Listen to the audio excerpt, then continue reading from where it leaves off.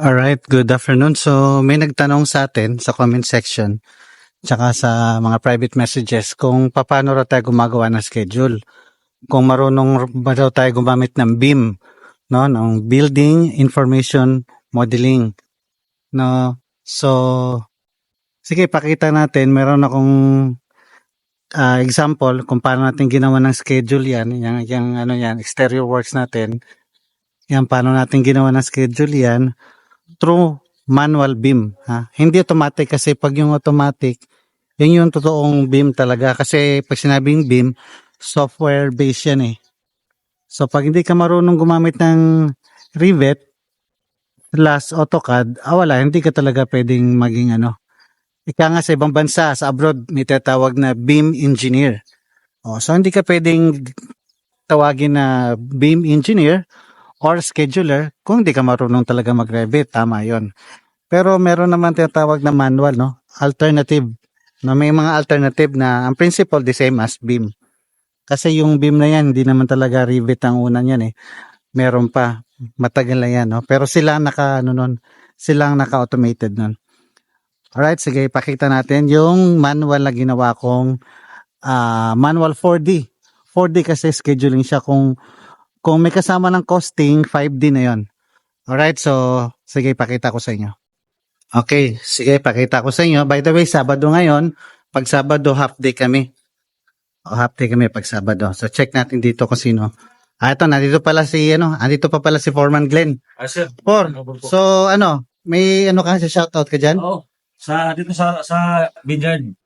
Sino? Shoutout pa rin ni PMJ. Okay. Laro na PMJ. si M. Gerald. Si M. Gerald, no? Si M. Gerald at saka si PM Ruben. PIC Ruben. PIC Ruben at saka PIC Gilby. Okay, mga bigati ng Vineyard Construction, ha? Sige, so pakita ko sa inyo yung kung paano ko ginawa yon. Meron akong actually ito talaga ginagamit ko. Ayan, ilapit ko lang. So meron tayong tatawag na manual 4D BIM kasi fourth dimension na sabihin ng 4D, fourth dimension, scheduling lang yan. Hindi pa kasama yung costing.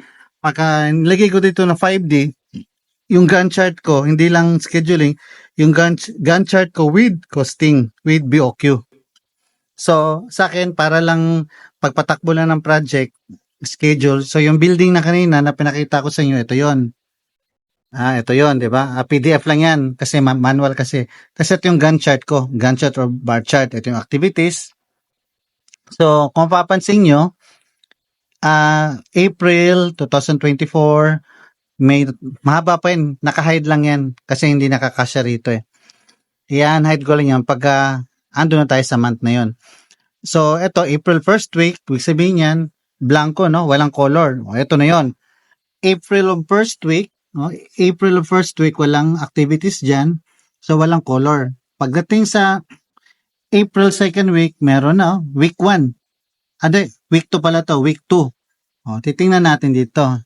April week 2, may red, merong red, tsaka merong green. Okay, so ito na yon. Ito na yon. So, color coding. Itong red, ito styrofoam and rasping.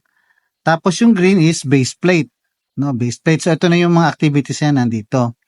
So, ang purpose talaga nito is para hindi magsapaw. Pag nagsapaw yung color mo, something wrong. I-check mo ngayon yung sabihin, mali yung paglatag mo ng activities kasi magsasapaw siya, magka-clash siya, no? May nagwe-welding dito tapos may nagkatrabaho. So, hindi pa pwede.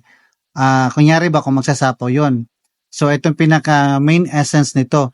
Pero pag yung automatic, yung talagang Revit ang gamit mo, automated yon. Pagka pagka ano mo na scheduling, magpa-pop up talaga sa ano yun, sa 3D, naka 3D pa yun. Ito, wala to, 2D lang to eh.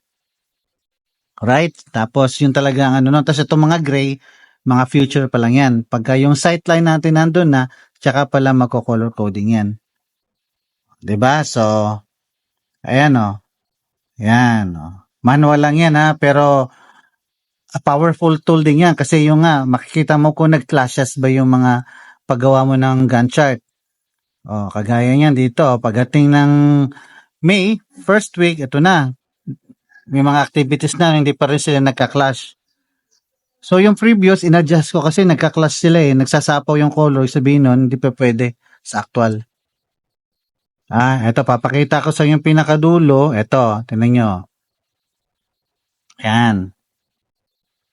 So, kung mapapansin nyo, sa third week, dapat nandito na siya, no? Nandito na siya sa third week, yung red.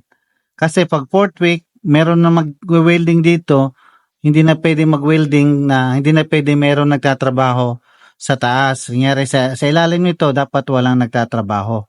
Kaya wala kang makikitang naka-red. Kasi nandito na sila, oh. 'Di ba? May third week, dapat nandito na.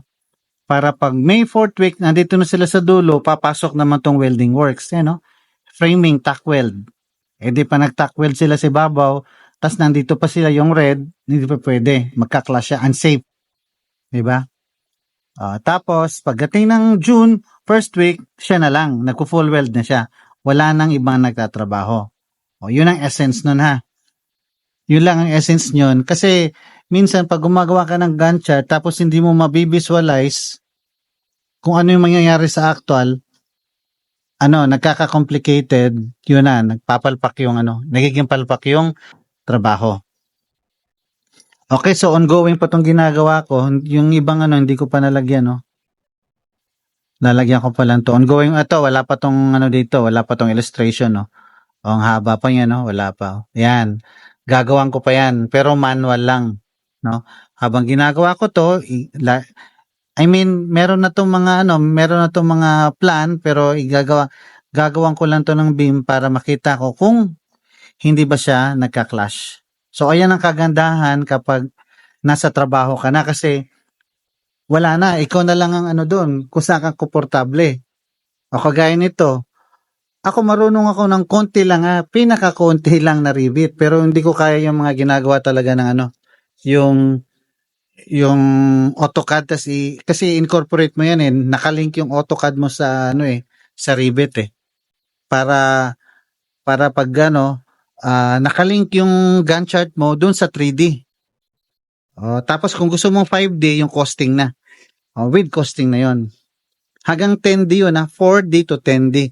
Pero masyadong advanced na yung iba.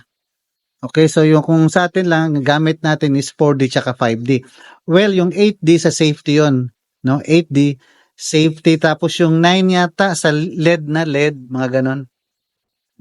Mga maintenance, nando na. Okay, so I hope nasagot yung tanong kung gumagamit ba tayo ng beam, no? Na hindi tayo gumagamit ng beam na software talaga na Revit kasi hindi tayo expert doon. Wala akong capability na gumawa noon through hindi basic lang alam ko doon.